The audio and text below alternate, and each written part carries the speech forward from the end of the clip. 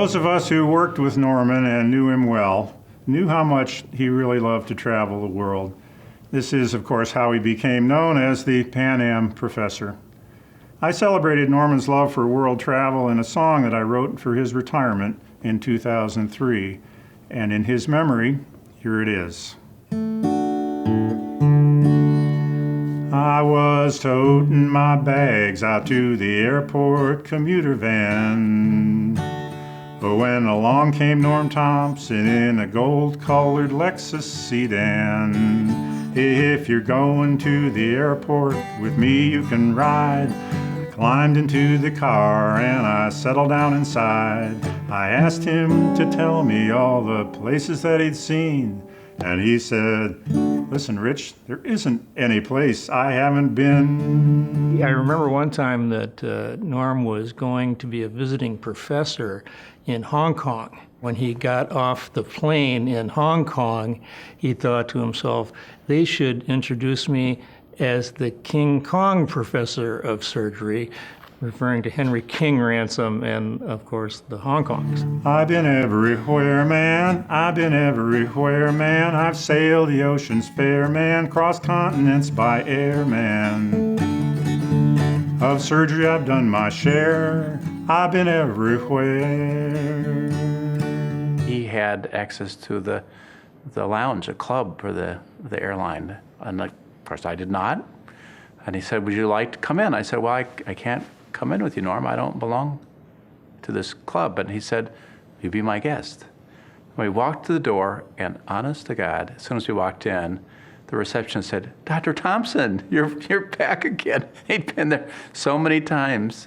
It was like the opening scene of Cheers, where Norm walks in the bar and they say, Norm! I've been to Birmingham, Rotterdam, Amsterdam, Singapore, Ukraine, Brisbane, Bahrain, Bangalore, Lyon, Marseille, Lille and Burgundy, Stockholm, Vienna, Uppsala, Calgary, Kiev, Ankara, Linköping, Cape Town, Fiji, Tahiti, Sydney, all around. He not only was a great raconteur, but he was also someone who had a great sense of humor. I think of one trip to Monterrey, Mexico. The first day they said, would you like to fight a bull? And I said, of course, which was a mistake. I actually ended up in the bull ring with two matadors on that Saturday afternoon in front of, I don't know what, 15,000 people or whatever were there. And I had a half an hour lesson from the matadors in Spanish on how to fight a bull. And I thought, well, okay, when they let this baby bull come after me, I'll be all right. But Guillermo Trevino, who was the professor of surgery there, said just before I got in the bull ring, he said, no, es muy malo, it's very bad. Your bull has grown. I said, what do you mean by that? It's got long horns. And they said they made a mistake and they're giving you a bigger bull. There it was, stomping its feet and looking at me, and I'm holding the red cape. And all of a sudden it's charging me. And I assume the matadors are going to take this. And I looked to my left, no matador. I looked to my right, no matador. And then I remember what they said.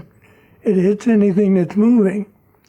And I looked down, and the only thing moving were my knees. They were going back and forth. So I pulled the cape toward my knees to cover them, and boom, the horns hit the cape, and the whole crowd got up and said, "Ole!" They thought that was a great daring maneuver.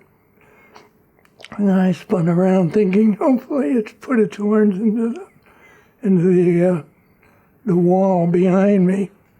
And boom, it hit coming back. All this went on for about 20 minutes. Marcia was in the stands, and there were a couple teenage Mexican girls next to her, and they were, one of them was crying.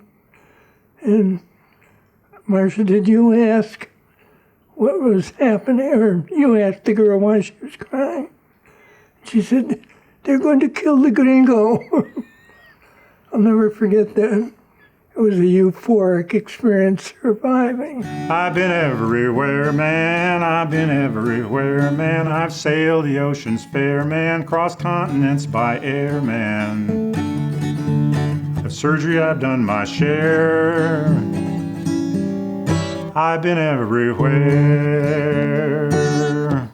Is there any place you haven't been? No, I've been everywhere.